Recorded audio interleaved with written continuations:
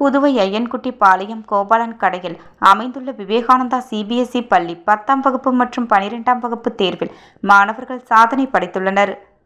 இந்த ஆண்டு நடைபெற்ற 10ஆம் வகுப்பு தேர்வில் பங்கேற்ற 129 மாணவர்களும் தேர்ச்சி பெற்றனர். மாணவி பிரகதி 500க்கு 490 மதிப்பெண்கள் பெற்று பள்ளி அளவில் முதலிடத்தை பிடித்தார்.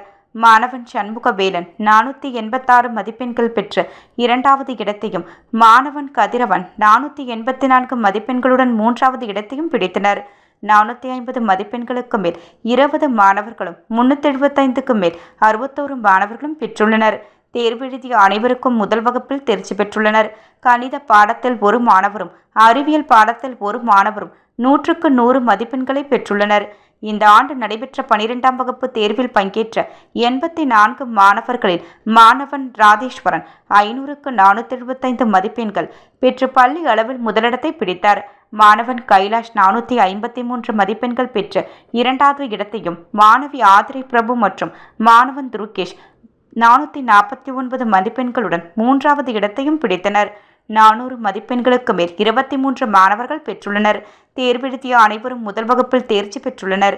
சாதனை படைத்த மாணவ மாணவிகளை விவேகானந்தா கல்வி குழுமத்தின் தாளாளர், பாராளுமன்ற மாநிலங்களவை உறுப்பினர் மற்றும் புதுச்சேரி பாஜக தலைவர் செல்வ கணபதி, முதன்மை முதல்வர் பாத்மா, விவேகானந்தா சிபிஎஸ்இ பள்ளியின் முதல்வர் மேனகா ஆகியோர் பாராட்டினர்.